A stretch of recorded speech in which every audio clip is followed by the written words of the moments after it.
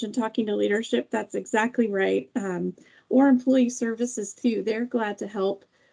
We know we're each going to have different comfort levels, so I don't think anyone would be surprised if you needed to kind of sort that out before you return. And Caitlin, I don't know if you have anything to add to that. Yeah, I would say, I mean, that goes back to that you have access to the EAP because there's really the logistical and then the emotional stuff coming up. So when it's the emotional side of stress around the change or anything that's coming up and you need extra support, that's always where not only can you schedule sessions with a counselor, but you have access to that 24/7 line, which again can be something that is a crisis line or just needing to talk. So knowing that if you just need to kind of process how you're feeling, you can always contact us on to kind of process some of the emotions around it. Okay, great. I still have a few more, but I think I'll head over to the chat just because Linda has a great question. For great presentation. Thank you. I agree, Linda. And she asked if you could share a little bit more about dialectics. Yeah, so dialectics comes from, or at least in the term that I was describing it in this presentation, the word comes from dialectical behavior therapy, or DBT, which is a evidence-based therapeutic practice intervention. And dialectics in that context means two things can be true at the same time. And I find that helpful to remember, even as some of these questions that are just coming up about reintegration is one person could be really excited about going back to the office, one person could not. And both of those are equally true for those folks. There's not like a right answer of how to feel about that. And part of our ability to support ourselves, empathize with other people, is to recognize that concept of dialectics instead of there's kind of one right answer to things. It can also come up in communication. If we feel like, you know, when we're talking to someone and we go into that conversation thinking success in this conversation is the other person agreeing with me at the end, and that's not always going to be the case. So I try to really focus on understanding dialectics of that two things can be true at the same time, which again helps me empathize with myself and be empathetic towards others. Okay, thank you. And it looks like we have another great question. This one's from Cassie Susie, and she asked, what are some techniques for sustaining resiliency for an extended time? For an example, continuing to be in a pandemic and navigating the fatigue of being resilient for a long time. Yeah, you know, it's interesting. That's an interesting question of being resilient, having fatigue of that. I'm really glad you brought that up. Of kind of the sense of needing to be, you know, resilient nonstop. And that's where I try to think about what does me being resilient look like, and what coping skills are working for me and what coping skills aren't. Sometimes that exhaustion can come through with needing having a logistical need. So one thing that I try to do is think about what are my needs in different categories. So what are my needs logistically? Maybe I need someone to help with childcare. Maybe I need someone to help with grocery shopping, like whatever the case may be, or a project at work. Maybe I need something emotionally. I'm not sure how to manage my anxiety. I need to talk to a counselor, practice some emotion management. Maybe my needs are social. Maybe you're feeling super isolated and haven't spent time with friends or loved ones, and that can really impact us feeling burnt out. And it could also be mental, of like, I am spinning in anxious thoughts, worst case scenarios. And for many of us, it's all of those things. But if being resilient is feeling exhausting, sometimes, and I don't want to speak for you because this may not be your experience, but when I hear that, if I'm thinking about it kind of an overarching term, sometimes it can feel like I'm just handling so much of this stuff on my own. You know, I'm carrying so many of these burdens and I'm exhausted by this. And sometimes that's unavoidable. You know, there's certain things that we're all dealing with right now. So it can be thinking about how comfortable am I asking for help? Uh, is it that I'm not comfortable with it, or does it feel like there isn't anywhere to ask for help? Again, come to EAP for a lot of that. Um, and so those kind of that twofold of practicing vulnerability, because I do think, again, oftentimes resilience is seen as get through it, be able to handle everything on your own, you know, be just as productive even during these times. And we are struggling, you know, and need help. So I think kind of focusing for yourself, because again, I can't speak for you or your own experience, but if an individual is sharing that, of to really think what feels most exhausting about being resilient right now. Like, what does that look like for me? And what areas do I maybe need some help or need some support around? So that's my kind of short answer of just like a generalization. But if you have further questions about that, let me know. Okay, great. And I will move back over to some of the questions that came in advance. Someone was asking, let's see, are there any publications or materials available for helping people with stress and anxiety? And do you have any specific recommendations? That is a good question. So that video that I showed you, Happify, that there's a number of videos. So you can, if you prefer kind of watching short videos. I'm trying to think. So the link to the tapping solution, that's an app. That's also a website if you're wanting to learn some of those skills. In terms of stress management and anxiety, I'm trying to think if there's a really good book. It's related to trauma, but what I like about it is that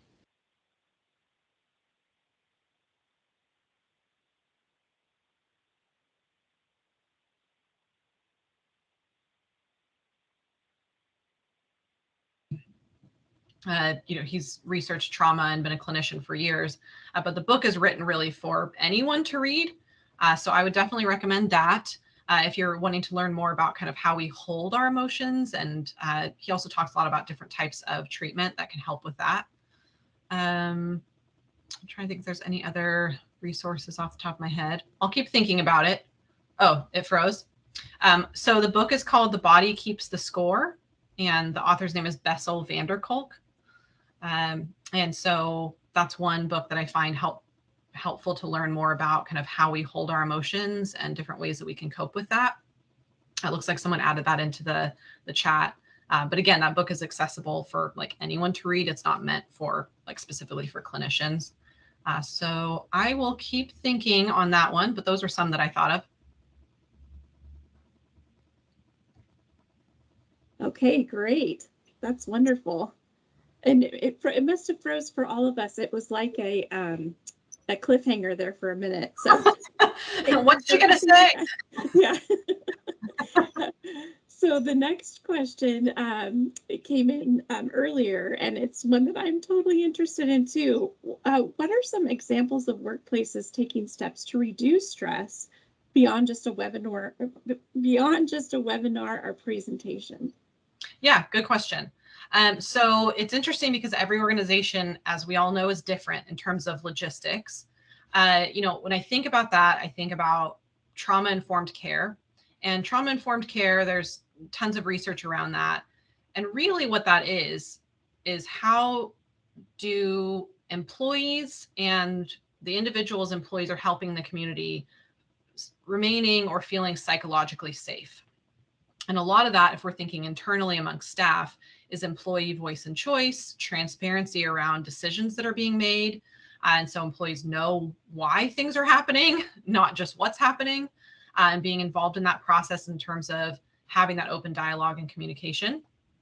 Some logistical things that are being done, say if folks are coming back into an office space or reintegrating into a work environment, again, that can be really, really difficult for a lot of individuals, even if they, are happy with or equally as, fine being in an office setting. Just our brains and bodies, that's a huge shift. There's a lot of audio visual stimuli, people around, different noises, commuting. Our body has to adjust to that. And so some organizations, whenever possible, are creating spaces at the workplace where people can actually like set aside time to just like have a quiet space. I think that's incredibly important whenever possible for individuals who are reintegrating back into a workplace where they don't have like a closed office. Maybe their desk is a front desk, so some people say my lunch break, people are still coming up, they're still around, they're still asking questions. And so having somewhere for someone to actually go to truly step away makes a huge difference. We really need some time to adjust. And again, these are suggestions. They may or may not be possible. I totally understand that. Some organizations are having kind of a slow start of reintegration. So it's like a few days a week first and then full time, you know. In a perfect world, it allows our brain and body to adjust to that. Also checking in with staff more regularly during staff meetings or team check-ins, checking in with how individuals are feeling and what those needs are. So a lot of that is, you know, more frequent check-in. What are some logistics we can put in place at the actual work site? And then continuing to offer those resources if, you know, EAP services, those types of things too. Wonderful. Thank you so much. This next question is one that I think I know the answer to, but I would love it if maybe there's a manager here in the session that would be willing to step up. The question is, can employees use sick leave for mental health days if they are feeling anxious or stressed? And I believe the answer is yes. But is there a willing manager that is happy to pop on and confirm that? Kara, this is Dane. Hi, Dane. As a manager, I'm not going to ask you specifically to what your sick leave is, right? Unless the only time the issue is going to come up is like, you know, you're out with something contagious or you're out with something that might create a workplace problem where you have to have doctor verification to come back, right? So, you know, because you might infect anybody else or hurt yourself or whatever. But people can take sick leave, and generally the manager's not going to burrow into why you're taking sick leave. There are often more open conversations than that, and between the employee and the manager, that's their decision. But otherwise, if you call me up and say, "Hey, I need to take sick leave today," you know, I'm not going to ask you why. You know, I'll say, "Is your calendar clear? Do you need me to cover anything for you?" That kind of thing. So generally, that's going to be the management response. Okay, great. Thank you, Dane. I appreciate that. Are there any other questions? I'm not seeing anything else in the chat or that came in ahead of time. And if you do have a question, you're welcome to raise your hand too.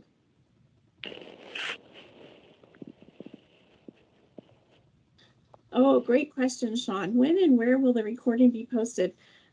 Brittany, correct me if I'm wrong, but I believe we are going to download it, which takes a little bit of time, and then post it on our diversity, equity, and inclusion site. Is that correct, Brittany? I I am here, Kara.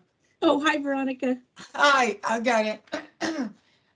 The recording, we have to send it to communication to be curate, and then they will be posted on our website. Great. Thank you, Veronica. Any other questions? Well, we have this great expert here with us.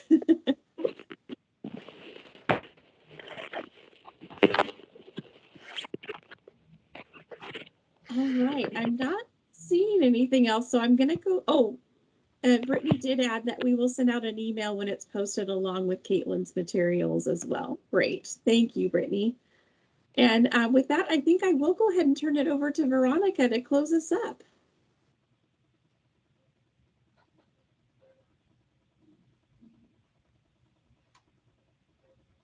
Good afternoon, everybody, and I am Veronica, the Diversity, Equity, and Inclusion Manager. Thank you, Caitlin, for all the information. It's really great resources. I know that I'm going to be practicing a lot of those. Um, I want to give all of you, all our employees and staff here, a thankful for attending this session from the executive team, the Office of Diversity, Equity, and Inclusion, and its council, Diversity and Inclusion Council. Because we have a staff here remotely in rural areas, we also want to thank them for attending and for allowing DCBS to continue doing the work that have been doing for the past 2 years, because we never did stop. And that's because of all the staff that collaborate and continue the good work. With all of that, I will say we have been stretching ourselves in every direction, professionally, personally, and like Caitlin said, the gift of practicing vulnerability with missing the feeling that we have right now, being around our coworkers, chatting about family, pets, trips, what are we having for the holiday celebration, the birthday, and the good food that they bring at DCBS. So all those things bring us more stress to what we have. And we hope that we, all of you and myself, consider practicing mindful by accepting our emotion and following the 5 steps of recognizing our emotion and practicing self-awareness. And thank you very much for attending. We're going to have a next session for all managers. It's going to be on the 9th. And then a crucial conversation for all staff on the 15th at 10 a.m. Thank you everybody for attending. And you all have the gift of time. If someone have a question or comment for Caitlin. No, thank you for having me. This is great. Thank you. Thank you, Caitlin. We see you again. Sounds good. Take care. Good.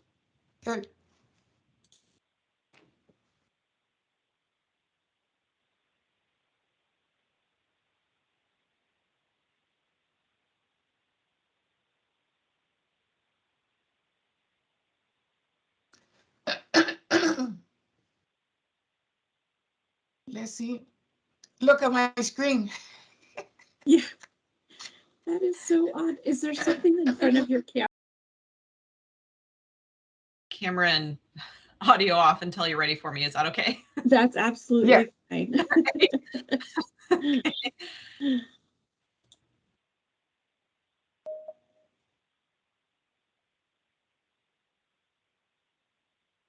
Oops. Welcome, everyone. We're just getting ready, for everyone to join. We still have a few more minutes, but we're glad you're all here.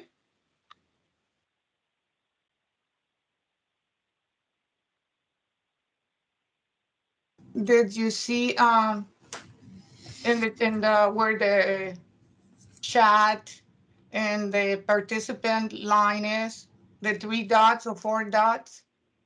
Brittany? Brittany can hear me. I can hear you. Okay. Yeah, it's have turn off. Oh, there you go. No, I'm sorry. Where you have all the participant line, you can turn off cameras for all participants. Then the other one under leave. There. Yep.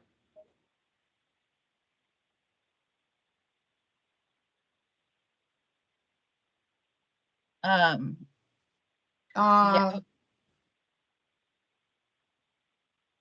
Yeah. Don't allow mic yet. Oh yeah, you mute all. Okay.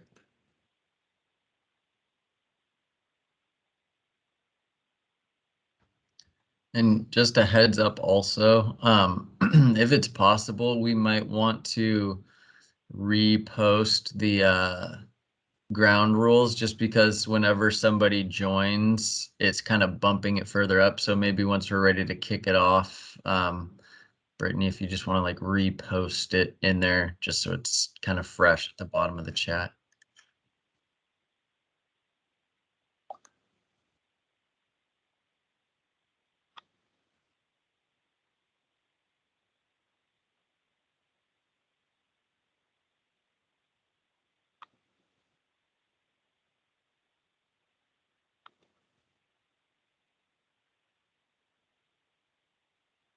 Thanks to all who've already joined us. We have just a couple more minutes until we get started, but we're glad to see such a great turnout. So thank you all for joining us.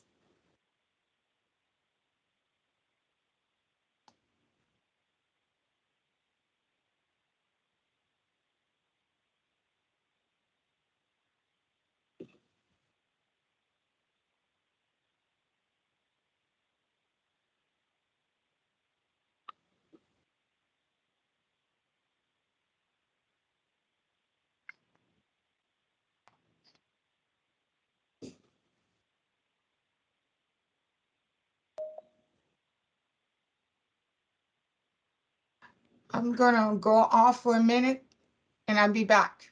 Okay, thanks, Veronica. So I can log in into Citrix team and add that document in there.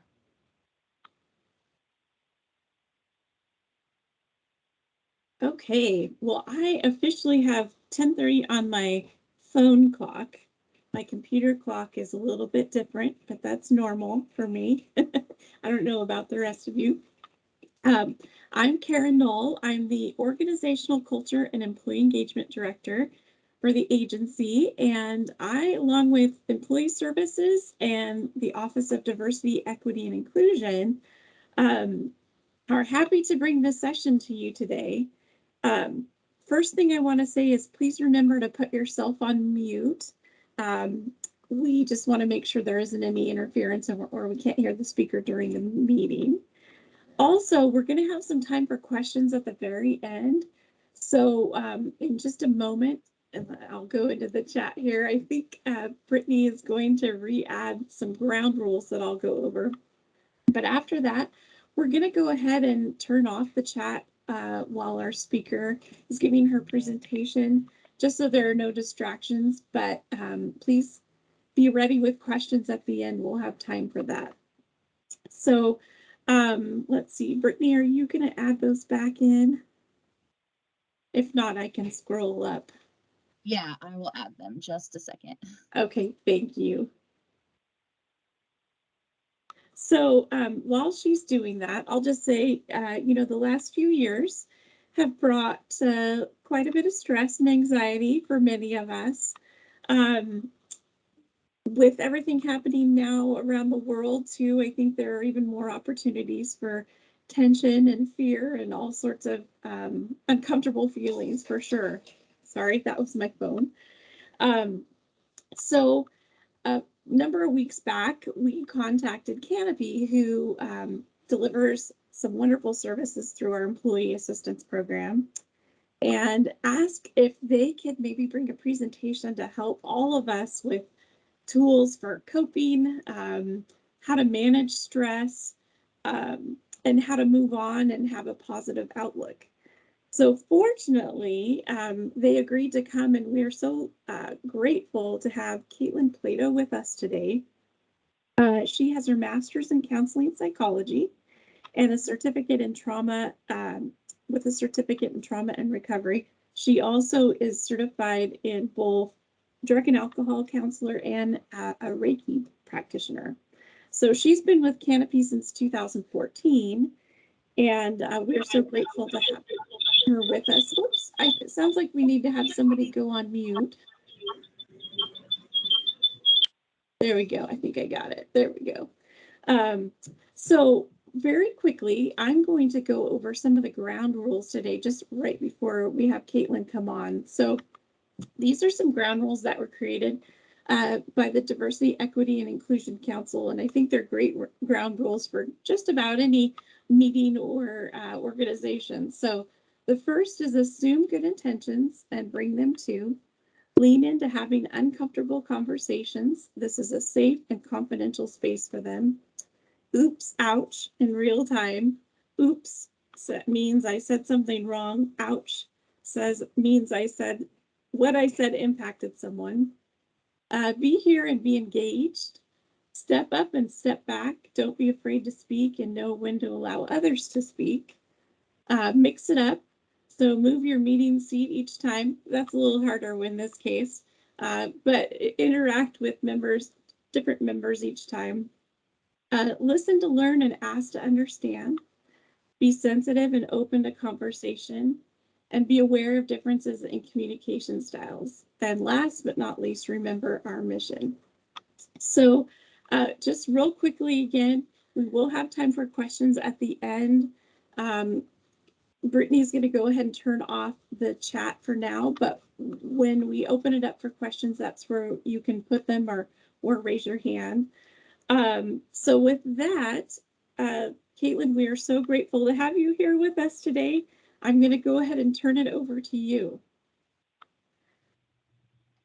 Thank you so much. All right, thank you for having me. So I wanted to show my screen. So, before we get started, just kind of wanted to say hello. You'll see me for a moment, but then I'll show my screen and I'll disappear again. But I'm so glad everyone's here. This is certainly a topic that we could talk about for a long time, and affects everybody differently, but there's some common themes that all of us, I think, are experiencing in one way or another. I also want to spend some brief time at the end, going over the services we provide and also how to access them. Because that is commonly, common questions we get. And I want to make sure that people know that beyond just the training, we offer so many different services. And then there will be a whole section at the end for questions. So definitely, I can try to answer as many as possible.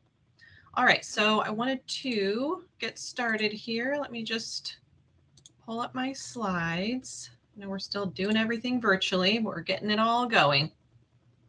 All right, here we go. So as we know, stress and anxiety, common for most of us at this time. The first thing I'll say, and I'll talk a little bit more in the next few slides about kind of different ways that everything happening can impact different groups of individuals. No matter what, I'm not here to make any generalization. Every single person experiences things differently. And so, I'm not here to say you are feeling this way. Each of us has our own past, our own experiences, and how things affect us. But there are some common themes that I think many of us can recognize. And, one of the things that's really interesting, and interesting may not be the right word, but notable, if you will, is that, we're all under all of this stress, but still trying to function. And all areas of our lives have been impacted, which is asking us to try to function even at a higher level to manage all those things while under this chronic anxiety. So it's fairly self-explanatory, but single incident versus chronic anxiety, what are we really talking about?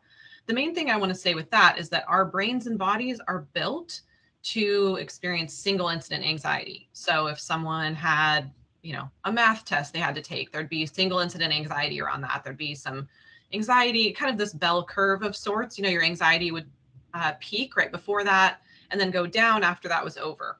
But we are not supposed to be in chronic anxiety state, which I would say many, I don't want to speak for anyone, but many or most individuals have been experiencing throughout the pandemic, because that is a constant threat, constant things changing, all sorts of things that impact every area of our life. So this spike in anxiety goes up and then it just stays at this higher level. And that's extremely challenging for our physical body, our emotions, our ability to think clearly, all of the above. So, a lot of this, I wish I had a, quick answer to immediately not feel anxious anymore. We'll go through some mindfulness techniques and some strategies, but some of this is just to normalize. If you are struggling, you're not alone. The other thing is that we will sometimes identify how we're feeling and kind of create an overarching comment about it being anxiety, but we're also experiencing a lot of loss. We can experience loss and grief emotions related to any type of change, not just a death. And so someone's job may have changed, they may have lost a job, something else in their life may have changed, and we can have a grief reaction to that. So I bring that up because I do have sometimes individuals saying, I don't know how I'm feeling, here are some of the symptoms, maybe it's anxiety. And a lot of times it's multiple different things that we're experiencing.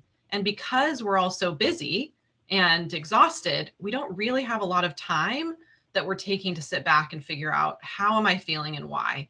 And also we tend to not love to do that when we're faced with having to identify feelings we don't like, so we tend to avoid feelings that are uncomfortable to us. That's just an automatic response. So some of what I will talk about later will kind of push through some of that avoidance.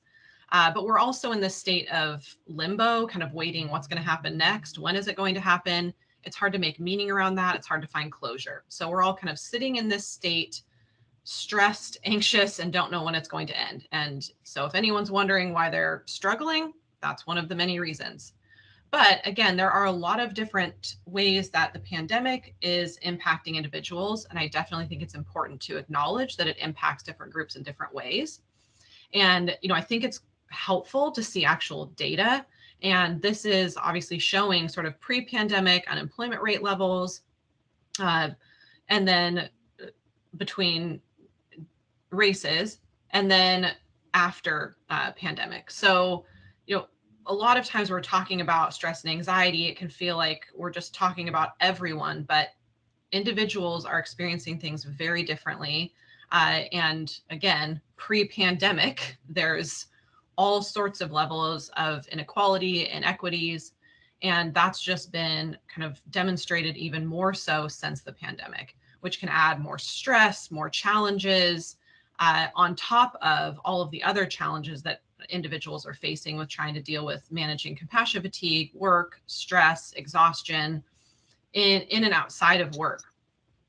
And there's also, there's been research around women's job loss rates are higher than men's. Also, for many folks, for if we're looking at mothers and that statistic, they're nearly 3 times as likely as fathers to report taking on most of that additional unpaid care work related to school closures or childcare closures.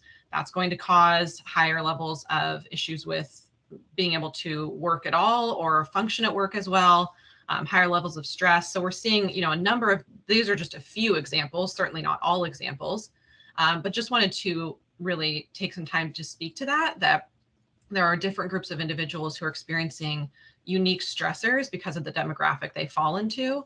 And I just wanted to make sure to acknowledge that as well. When we talk about some stress management techniques, any of us can use those, but I wanted to make sure before we even get into that I'm acknowledging that there are higher levels of stress for different groups. And, when I talk about the EAP services, there's ways that you can access counselors with certain specialties, specific backgrounds. So we really want to make sure that we are addressing everyone's needs and meeting everyone where they're at in terms of what they need, and acknowledging that individuals may need different things. All right. And if I'm talking too fast, I apologize. There's so much to go over, and I want to make sure that we have time for questions. So when I'm thinking about, when I mentioned earlier, how do I even know how I'm feeling? And it's okay. You don't have to always know exactly the definition of how you're feeling. But one of the things that I think we do a lot is that we focus mostly on our thoughts. They are very powerful. They're a big part of how we feel, how we cope. But a lot of the coping skills to help address, especially anxiety, is the physical coping skills. So a lot of times when I'll ask people, how do you notice you're anxious? You'll notice it in all of these categories, never just one usually. It's just that we may be more sort of able to identify certain ones more than others. Of course, with behavioral ones, they're easier to measure. If you're avoiding certain things, that's pretty easy to identify or measure. Doom scrolling, that's not a term that I came up with, but I put that in there. I think there's a lot of articles actually about it. We're sort of, since the pandemic, constantly on social media, scrolling through all of this news. It's very distressing. And this is not to say that we should not be checking the news. The difference here is that it's sort of a just constant checking where you're not even getting new information. So I always think, one boundary to set as a way to cope is thinking about how often am I reading the news? How often am I checking social media? And when I'm on there, is it to gather new and important information that I need? Or am I just kind of mindlessly going back into social media and scrolling, and it's just causing me anxiety, but I'm not gathering any new information? And if it's to that point, I think it can be really helpful, especially before bed, to set some boundaries with ourselves of how often we check that stuff. But with the physical, this is where it's really paying attention to, and we'll do a couple activities to help with this, is how we hold that emotion. And we oftentimes don't even realize how much we are holding that anxiety in our body. And then that can add to trouble concentrating. Of course, we all go into worst case scenario thinking. But what we try to do a lot is sort of only think our way out of the way that we're feeling without addressing the physiology. And sometimes trying to think our way out of it isn't working. And that especially can happen if you're trying to fall asleep. And that tends to be the time that we're just laying there, stressing, going into worst case scenarios. But we're still detached from any awareness of what our body is doing. And when we can learn to regulate the physical system as well, that can help some of those mental spinning aspects. So I would really encourage you to think about, for me personally, what are some of those physical signs that come up when I am feeling anxious or distressed emotionally in any way? And what are some things that I can do in terms of coping skills for that as well? All right. So if we're thinking about work specifically, this is not an exhaustive list. There are a lot of examples, but many folks are understandably feeling burnt out, feeling stressed. And I'll talk on the next slide about stress versus burnout. They're a little different. We can feel both, but we tend to fluctuate between the two most often.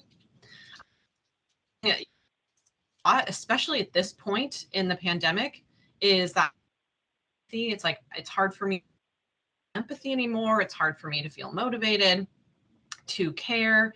But the challenge is that we want to care, we tend to want to help other people, to be supportive. And then we can start feeling guilty that we're feeling apathetic because we don't want to feel that way, but we've hit our limit.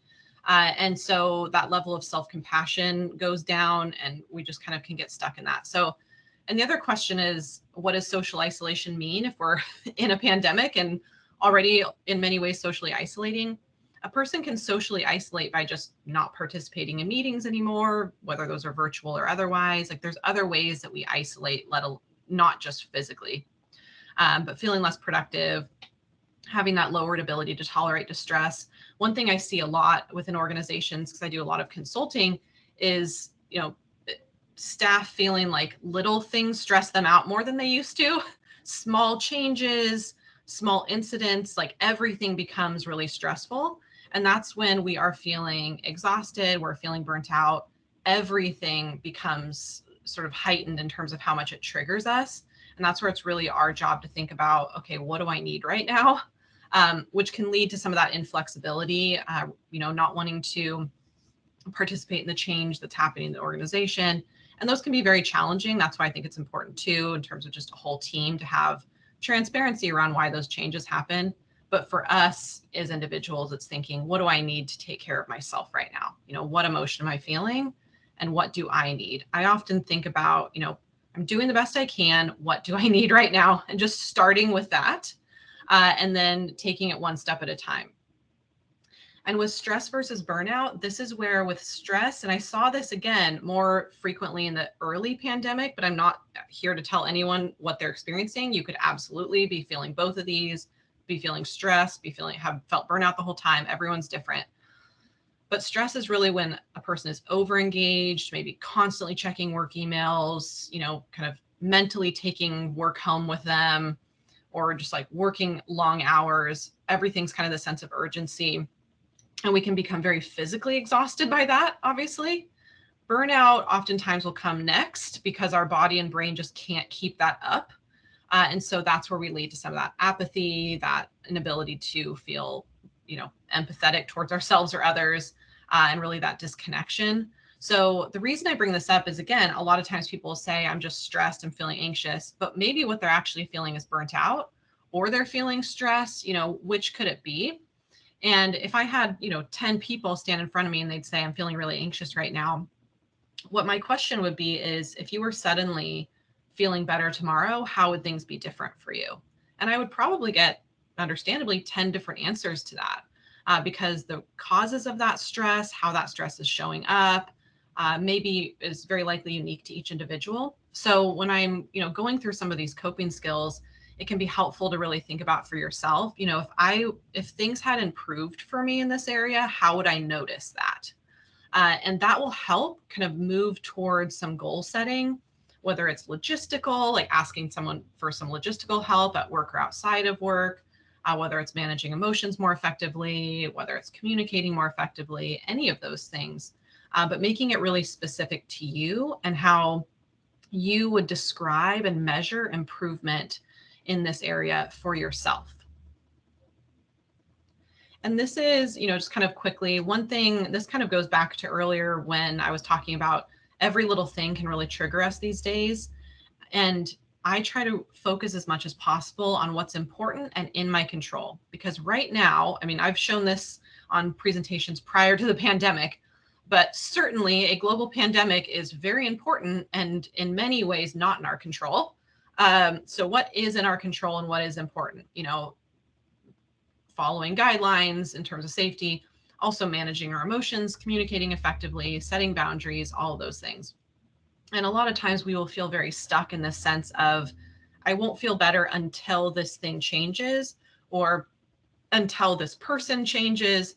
And of course, we all know other people, other situations impact us.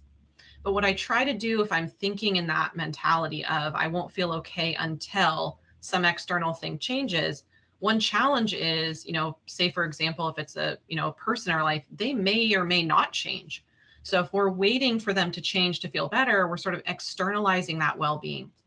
That can actually further cause more anxiety for us. So what I try to do is think, yep, I'm feeling triggered by this. That is valid. That's my experience right now. And what do I need to do right now that is in my control? Do I need to practice a deep breathing exercise? Do I need to communicate my needs? Do I need to advocate for myself? So when so many things are outside of our control, again, I really try to think about what is in my control. One coping skill related to this that is helpful for folks is if you practice some type of coping strategy that has a clear beginning, middle, and end. A lot of things right now don't, as we all know. So whether that's a hobby, like whatever it is, even at work, just a work task where it's like, checked that off the list. There's a sense of time sensitive, it was completed, we can check that off, and actually really helps our brain sort of do something and get that sense of closure, where a lot of things in our life, we are not getting that. All right, so I want to talk a little bit about what do we do? So how are we coping with this? What does resilience look like? I have a short video that I'll show, but it's only like 2 minutes long. But I want to talk a little bit about resilience, mindfulness, how to be present with what our needs are, and how to take care of ourselves. So with resilience, you know, it's really thinking about our ability to cope with adversity, cope with stress. And dialectical behavior therapy is an evidence-based therapeutic intervention. And one of the components of that is mindfulness, and another one is distress tolerance. So it's thinking, how do I tolerate, sit with distress and regulate it, but not sort of become overwhelmed by it? That I totally understand. It's easier said than done. But a lot of times we will say, this is just how resilient I am, or this is just how I cope with stress or anxiety. We have a lot of room to adjust the way our brain works. There's actually research around how significantly we can rewire our brain.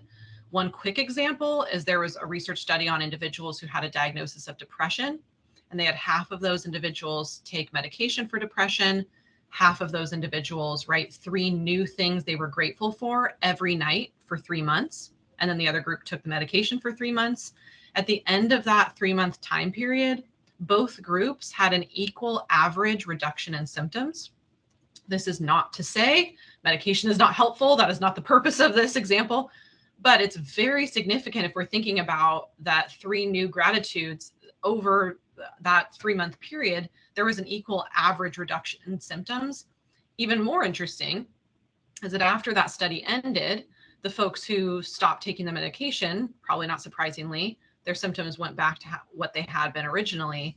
When the other group stopped doing the 3 gratitudes, their symptoms stayed reduced even after they stopped the gratitudes. The reason for that is they had rewired their brain, because if we are sort of forcing ourselves to write 3 new things, and that's a key piece, they have to be new things, 3 new things every day for 90 days that you're grateful for, at that point, your brain is scanning the world around you differently than before, because your brain is like, I got to think up, I'm going to need to think up 3 things before I go to bed. And so I've got to be on the lookout for this more directly.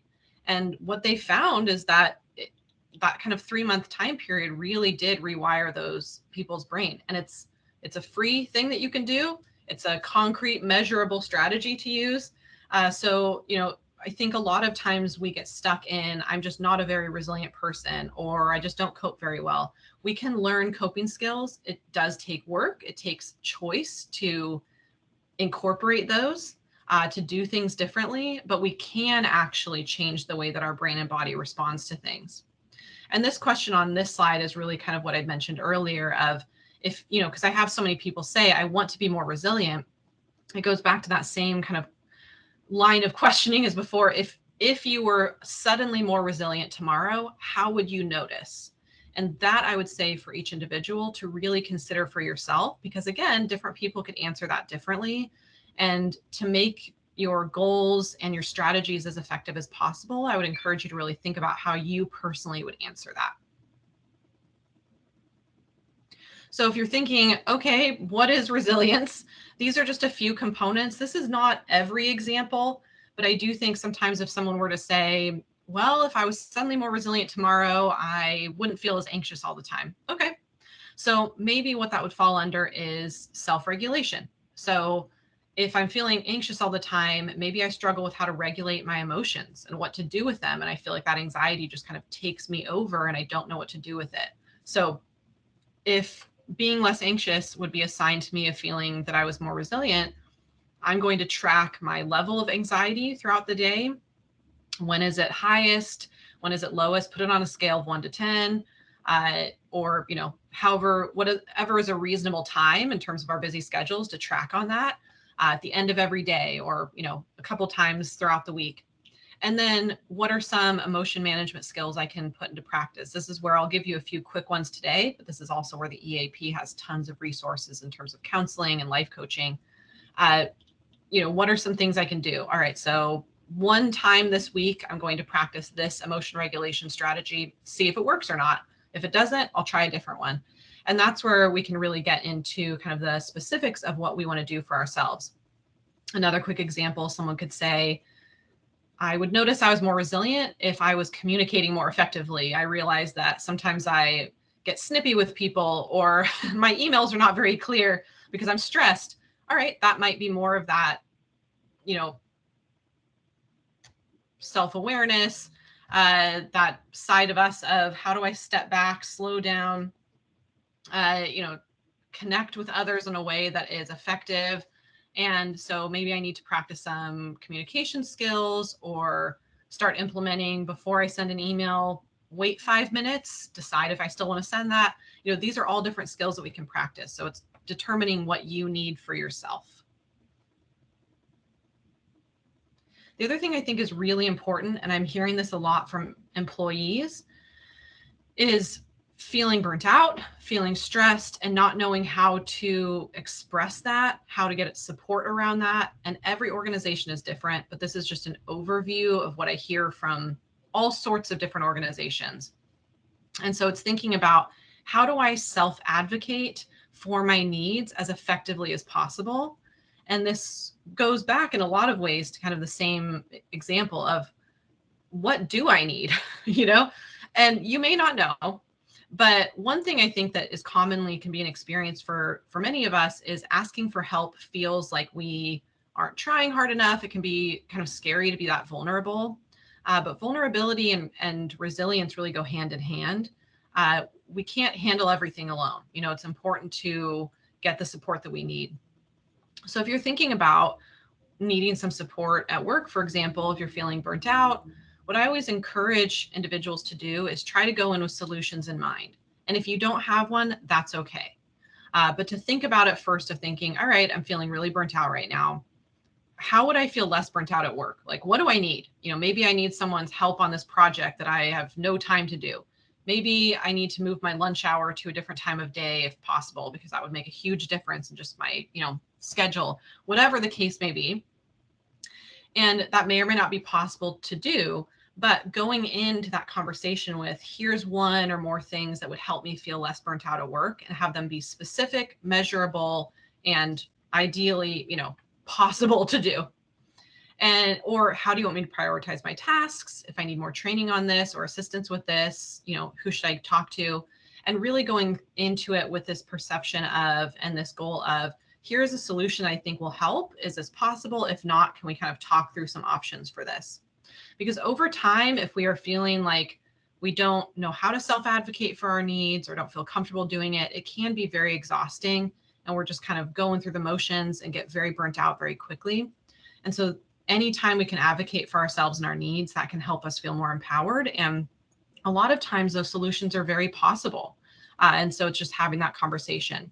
So if there's anxiety around having that conversation, I try to really think about it of whenever possible, going in with that way of having that conversation, with kind of starting with that solution. Okay. All right, so I had spoken earlier about dialectical behavior therapy. What dialectics actually means is that two things can be true at the same time. And I bring this up because I'll talk about self-compassion here in a little bit, because we will often, as we all know, compare ourselves to others. Why am I not coping as well as this person? What's wrong with me? Why is this person reacting so differently to the same situation than I am? That's because all of us are different. We cope with things differently. We react to things differently. We have different personalities, different backgrounds. And so instead of thinking, what's the right way to cope with this? What's the right way to respond to this? And comparing ourselves to others of like, this is my experience, that's their experience. And both of those are equally true right now. And that can sometimes help with not getting caught up in all of those comparisons or what's wrong with me, because our brain loves to do that. Also, expecting some disruption. This is not everyone's favorite bullet point, obviously. But we, as we all know, whether we have, no matter what anyone can say or do, there's been a lot of disruption, a lot of unknowns, and it's really tested everyone's ability to cope with that. Coping with change and unexpected change is one of the most difficult things for our brains and bodies to do. And we've been doing it nonstop for almost exactly 2 years, obviously longer than that for many people, but if we're kind of talking about the pandemic specifically, and that is very exhausting. But, one thing when we're thinking about resilience is, again, I'll feel better once things go back to how they were, or I'll feel better once this happens. And some things may not go back to exactly how they used to be, or it'll be a while. And so, I think reframing kind of some of that mental reframing of how do I take care of myself and feel as balanced as possible through disruption. And that again is through emotion regulation. And a lot of times when I talk to people, they'll say, how do I just not feel anxious? And I'll say, that's a great goal. Good luck with that. We can certainly learn how to regulate our anxiety or emotions we don't like, but we can't eliminate them. And again, what happens a lot is that we can actually become more triggered by disruption when we are sort of in this state of, I need to make sure I avoid feeling anxious. Like the solution is to just not feel that. And I would really say to reframe that through, instead of thinking, how do I not feel anxious anymore? Think, how do I change my relationship with anxiety? And I also like to put things on a scale. We get into very, very all or nothing thinking. I'm either anxious or I'm not. The situation is terrible or it's not. And putting things on a scale of 1 to 10. So if you're thinking, how anxious am I right now? Scale it from 1 to 10. If you're an 8 out of 10, 10 being most anxious, instead of thinking I need to be a 0 immediately, think, what is something I could do in terms of a coping skill that would just move me 1 notch down to a 7? Even that is significant, making small changes like that. And so looking at it through a frame of sort of empowerment and moving away from all or nothing thinking. And a lot of this is, again, this discomfort with discomfort and pushing through some of that discomfort. So some of this, before we get into some of the coping skills, is how have I handled change in the past? What worked and what didn't? What comes up for me when I'm distressed in terms of emotions or thoughts? And why do I want to cope more effectively? And anytime we have an intrinsic, sort of an internal motivation for change, that's going to be the most motivating factor typically. So it seems like an obvious answer, but each person could have a different answer to that. So I do think it's helpful to really ask yourself, like, why specifically do I want to cope more effectively? And having that sort of motivation really kind of clarified can help with putting these things into practice. And also what I'll say too is that people will say, I don't have time for coping skills right now. Once I do, I'll start doing that. That is the feedback loop we all fall into, and then we never have time. Until you intentionally add time into your calendar to take care of yourself and practice self-care, there isn't going to be time. And also with a lot of these things that I will do the 3-step relaxation right now, for example, a lot of these self-care strategies are free and take less than 2 seconds almost. So, sometimes people say, I don't have time to do these like long mindfulness activities or go do a yoga class. No, we can do things that help self-regulate us, and we'll do one right now. And they can be done anywhere and take no time at all. So with the 3-step relaxation, there's a 3-step and a 2-step relaxation. Obviously, I invite you to participate in this. You certainly don't have to. The 3-step relaxation is you close your eyes, you drop your shoulders, and you relax your face and jaw. And think about what you noticed. Were you holding a ton of tension in your face and shoulders? How in tune were you with your body until we just did that? Are both your feet on the ground? How are you sitting or standing? And the 2-step relaxation version of that is that you just wouldn't close your eyes. So you can do the second 2 steps of that anywhere you are. No one knows you're doing it. It takes 5 seconds, and you can do it as often as you need to. And that can truly help regulate our system. If we are sitting in a super tense physical state, it's sending messages to our brain. Something is causing anxiety because your body is very tense. Why is that? And it's going to start making up reasons, go into worst case scenarios. So if you physically downregulate your system, it also is a mindfulness activity of I'm being mindful enough to be that knowledgeable about how I feel in my body right now. And, we'll do a breathing exercise here too. It seems so simple, but physiological regulation is very powerful. And one of the things I think about with coping skills is to have coping skills you can do outside of work, like going to a yoga class, taking your dog for a walk, talking to a friend or a loved one. And then ones you can do anytime in the moment, such as this one. And I have a lot of folks say, I have to wait until outside of work hours to do these coping skills. And so if that's the case, I would encourage you to really think about, I need to add in some coping strategies I can do anytime, anywhere. Because if we are sort of powering through a workday, kind of white knuckling through a workday, it's exhausting. And then by the time we're done with work, we're like, I don't even have time to do that coping skill because I just need to cook dinner and do all my other life requirements. So finding more balance in that self-care is really important. All right, we made it to a video. This video is about mindfulness. It's just kind of funny, but I think it's also thought-provoking. And it's maybe 2 minutes. So I'm going to show this right now, and hopefully it all works okay.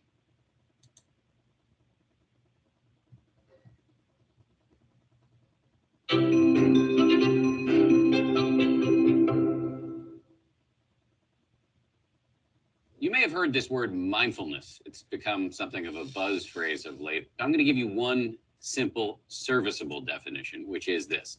Mindfulness is the ability to know what's happening in your head at any given moment without getting carried away by it. Imagine how useful this could be. Just as an example, driving down the road and somebody cuts you off in traffic. How do you normally react? I think most of us, we normally react by having a thought, which is, I'm pissed. And then what happens next? You immediately, habitually, reflexively inhabit that thought. You actually become pissed. There's no buffer between the stimulus and your reaction. With just a little bit of mindfulness, in that same situation, you might notice my chest is buzzing, my ears are turning red, I'm having a starburst of self-righteous thoughts, I'm getting angry. But you don't necessarily have to act on it and chase that person down the road, screaming at them with your kids in the back of the car, thinking you've gone nuts. Now, you might be thinking, don't I need to get angry sometimes? Aren't I justified? I would say yes, but probably not as much as you think. The proposition here is not that you should be rendered by mindfulness into some lifeless, non-judgmental blob. The proposition is that you should learn how to respond wisely to things that happen to you, rather than just reacting blindly. And that, my friends, is a superpower. How do you get it? The way to get it is through meditation. I believe that meditation and mindfulness are the next big public health revolution. In the 1940s, if you told somebody you were going running, they would have said, who's chasing you? But then what happened next? The scientists swooped in, They show that physical exercise is really good for you. And now all of us do it. And if we don't, we feel guilty about it. And that's where I think we're headed with mindfulness and meditation. It's going to join the pantheon of no-brainers like brushing your teeth, eating well, and taking the meds your doctor prescribed for you. Let me just close by saying mindfulness is not going to solve all of your problems. It's not going to render your life a nonstop parade of unicorns and rainbows. Nonetheless, this is a superpower, and one that is accessible by you immediately.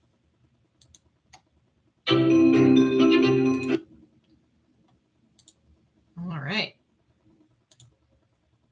There we go. So I showed that video. I mean, it's just quick and funny, but I appreciated what they're talking about too, in terms of that regulation piece. You know, we become very reactive and then later realize that we're not kind of present or mindful with how we're feeling. And one suggestion that video made was meditation. That is wonderful if that's something you have time to do and is helpful for you. That's not the one way to practice mindfulness. That was one strategy. I'll talk about some other ones, and we're kind of looking at our emotion awareness wheel right now. But there's all sorts of ways to practice mindfulness and be present. And also, if you are thinking about meditation, sometimes I think there's this belief that practicing meditation is you would sit there and just try to empty your mind for, you know, an hour. Number one, the goal is not to empty our mind, because that's not possible. And a lot of people will say, I didn't like meditation because I tried to empty my mind and I just kept having these thoughts. Also, it doesn't have to be for that long. You know, a person can just do even just this one kind of how am I mindful right now about the emotion I'm feeling, and go through these 5 steps in 5 minutes or less. So it's not about taking a bunch of time. It's really about being as present with what we're feeling and thinking in the moment, and then regulating that instead of being constantly sort of at the mercy of our mind and emotions. So there's one term that's called name it to tame it, which is essentially the slide that we're looking at. You know, the more we avoid something, the more that we fear it. And most of us don't know how to feel feelings that we don't like to feel. There you go. We were not taught how to do that. It's not comfortable. We're not sure how to. And so we would rather just pretend we're not feeling it. That is what can lead to chronic anxiety. It can lead to feeling less healthy. It can lead to not sleeping as well, impacting our relationships, because avoiding an emotion does not mean it'll just go away. It means it sits there and waits and then shows up when we least want it to. So what I try to do is think about, all right, what can I go through in terms of this 5-step process when I'm having an experience of an emotion? One thing I would say is, if you are not particularly, you know, commonly noticing your emotions on that level, practice these 5 steps first with an emotion you like feeling. Because if we try first with severe anxiety, we may get to section 2 and be like, nope, never mind. This is why I do not do this. So it takes practice to sit with that discomfort and feel confident that we have regulation skills to manage that. But I would always, you know, suggest people start with even just being that present with what they're feeling with good emotion. If you're suddenly feeling joy, go through all these 5 steps, because we may not even know how we physically feel joy in our body. So the more we are able to be that mindful of our emotional experience with an emotion we do like, it's easier to start then practicing it with an emotion that we don't like as much. I also never describe certain emotions as quote unquote bad. If we describe certain emotions as bad or problematic or not okay, that's actually telling us that it would be a problem to then feel them. And then it feels counterintuitive to be willing to name it and name that we're feeling it.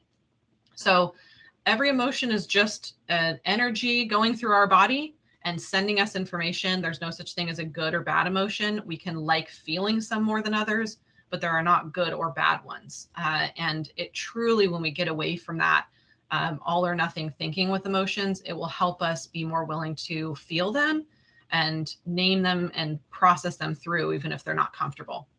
So it's really about, you know, noticing it, naming that emotion. It might be more than one.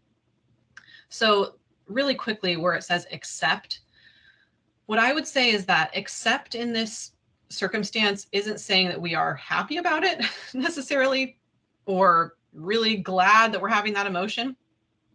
Accept, what this means is that we're willing to at least acknowledge it's there. So the third step here, all that it's really implying is that it's the opposite of denial. Is like, if we deny we're having an emotion, we have no way to even cope with it because our brain is trying to pretend it's not there. So that accept piece is just, I'm acknowledging I'm feeling this, whether I like it or not right now. So what do I need to do for myself? And then just investigate, how do I feel that in my body? What am I noticing? What do I need to regulate that? And then this section here, I realize is easier said than done. And that's where we'll talk about some of these exercises. And then if you need further resources and support through counseling, that's what counseling can really help with too. All right. So we're going to do square breathing right now. This is one of many breathing techniques. I always tell people certain breathing techniques work better for different folks. So if you're like, after that, that didn't help, that's all right. There's lots of different ones that you can try, but breathing techniques are really powerful. And the big thing that I hear most often from individuals saying that they have a tough time with deep breathing, or it doesn't really seem to help, is that they're not breathing correctly. And most individuals, when they practice deep breathing, who haven't had experience or training in it, are doing way too much in breath, like a huge in breath.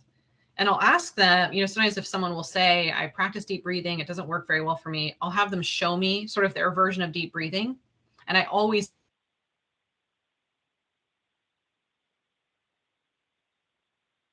breath. But the actual detoxing, balancing part of our breath is the out breath. I mean, it's literally detoxing CO2 from our body. So what square breathing does is balances out our breath. So what that is you would pause before you breathe in. And usually I'll do 3 or 4 seconds, as close to your natural breath rhythm. You don't want to feel like you're like super intensely holding your breath or anything. So, pause for 3 seconds, then breathe in for 3 seconds, pause for 3 seconds, and breathe out for 3 seconds, and just go through that square. So I'm going to just let everyone try that for 1 breath cycle. So just pause. Okay, now breathe in and pause and breathe out.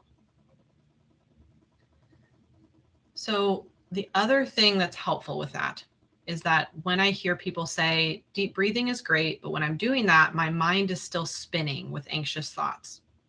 When we do a breathing technique that requires our brain to also track on that, we're having to count through each section.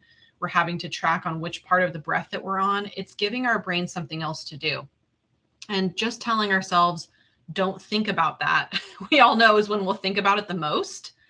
So instead of thinking, I'm just going to try to avoid thinking about that, we have to give our brains something else to think about instead. And I will get to the 5, 4, 3, 2, 1 in a moment here, but the guided imagery, this is just one link, and I'll send, Brittany, I'll send you the slides afterwards so people have access to this. Guided imagery, there's thousands of them probably on YouTube, from 5 minutes to 2 hours. And that's the kind of thing where you can listen and someone's guiding you through, picture sitting next to a stream, picture the leaves floating down. And it may seem, cheesy, but what it's doing is it's just giving your brain something else to think about. Because if you find yourself just laying in bed, just spinning about anxious thoughts, you're not alone. But if you just lay there and try not to think about those things, it's not going to work. So doing guided imagery, practicing square breathing. So the 5, 4, 3, 2, 1 exercise, I wouldn't suggest before bed, because you kind of need to be in an environment where you can see things. It would be hard to do that in the dark. So with this one, I'll have everyone try doing it right now. So all you're going to do from wherever you are, obviously you don't have to do it, but I'm just inviting you to, is in your mind, just list the first 5 things you can see in your environment. It can be a computer mouse, your phone, doesn't matter. Just the first 5 things you can see. All right. And then list the first 4 things you can physically feel.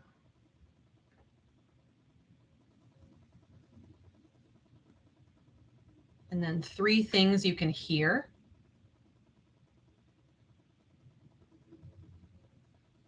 2 things that you can smell or that you like the smell of. And then 1 thing you're grateful for. And this is a very just basic grounding exercise. because when we're feeling anxious, we tend to not be present. We're worrying about the future, we're worrying about the past, we're anywhere but the present moment.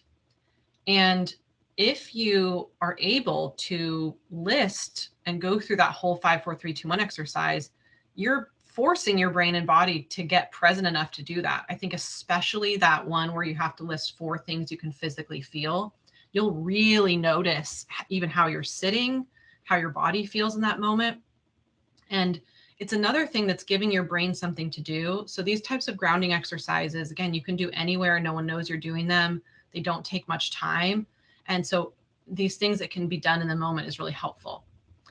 There's also tapping. These are pressure points. There's an app for the tapping solution. There's also a website, and they provide tons of different pressure points that you can tap on that actually helps downregulate our system. And then there's spatial distress tolerance, which is a really fancy way for saying taking up more space.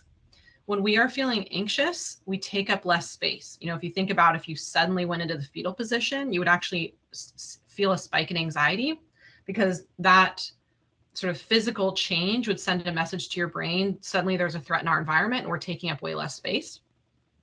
And so if you are feeling anxious, even if you just move around, stand up.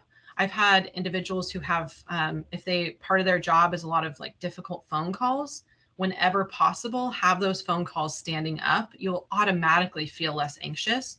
When we take up more space in our environment, it sends a message to our brain, you're safe enough in your environment to take up that extra space. So some of this truly is just physiological and how we cope. Slowing down is easier said than done. That can be slowing our breathing. That can be slowing how fast we're talking, how fast we're moving. It doesn't mean that we're not still being productive, but I will sometimes just give myself a reminder of take a 5-second pause, just like, how am I feeling right now? And then proceeding, because we just get so stressed and so overwhelmed, and we realize we're just going at such a fast speed that's going to burn us out. And that leads us to react. And kind of like I talked about earlier, ideally, we want to be responding to our environment, just like that video was talking about, versus reacting. All of us are in a very reactive state, understandably, because of everything going on. And that is where I try to think about, what do I need right now to slow down and choose my response to the situation instead of reacting to it. And the number one thing that that's going to do more than anything is help us feel more empowered. So this takes practice. It takes mindfulness to take a moment to think about that. So sometimes it's, again, setting a reminder, you know, having a sticky note on your computer, whatever it is, because we get busy during the day and forget to do these things. And practicing implementing them into our day does take some time to do. And what I'll say here, just on the last couple slides before we talk about EAP and have some time for questions, is we tend to, again, be very hard on ourselves. You know, I'm not good at coping. I'm not resilient. Everyone else seems more resilient than me or better at managing their emotions. Like whatever it is, we're all experts in self-criticism. And so practicing self-compassion, this is where the goal is not to be perfectly resilient. You know, back to that kind of scaling of 0 to 10. No one is a 10 out of 10 on resilience, even in the best case scenario. No one's perfect. The goal is not perfection. So I always think about self-compassion of, I'm doing the best I can. What do I need? Maybe today I'm feeling less resilient than yesterday. That doesn't make me a bad person. What's different about today? What came up for me today that made it harder to manage some of these emotions? And if we are trying to, quote unquote, fix ourselves, that type of language or mentality is really anti-self-compassion. So I never try to think about like, what's wrong with me? Why I need to fix this, instead of just thinking, what do I need right now to feel more balanced? And I'm going to practice these things and practice these coping skills, see what works and what doesn't. Practice, you know, feeling comfortable asking for help if that's hard for me to do, knowing what my resources are.